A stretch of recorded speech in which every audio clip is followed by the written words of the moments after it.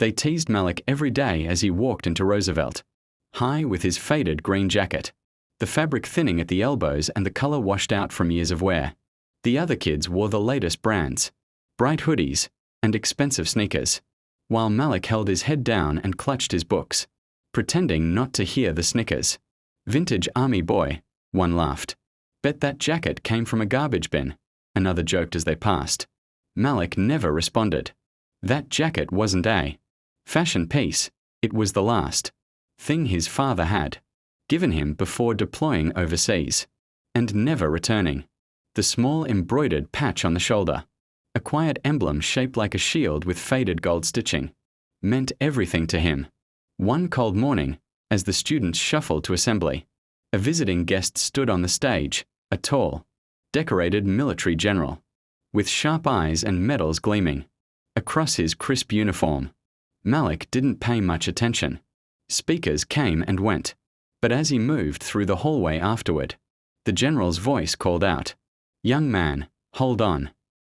The hall went silent. Every student froze as the general approached Malik, eyes fixed on that worn patch. "Where did you get this jacket?" he asked, his tone suddenly emotional. Malik swallowed. "It was my dad's, sir." The general ran a thumb across the patch and straightened, his voice thick. "This patch is from the 5th Recon Division, very rare. They only issued it to soldiers who completed a classified humanitarian mission. Your father didn't just serve. He was a hero." Gasps rippled through the hallway.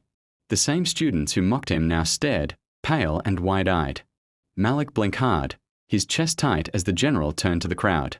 "Respect isn't about clothes or money," he said firmly. "It's about sacrifice, honor, and character. Things this young man carries, more than any of you realize." He placed a heavy hand on Malik's shoulder. "Your father was one of the finest men I ever commanded, and he'd be proud of how you carry his legacy." For the first time in months, Malik lifted his head. Those same bullies avoided his eyes now, their faces red with shame. As the general walked him down the hall, students moved aside, whispering not insults but respect. Malik didn't need a new jacket. That old faded one had just lit up the entire school, not because of its color, but because of the hero who once wore it, and the son who never let his memory fade.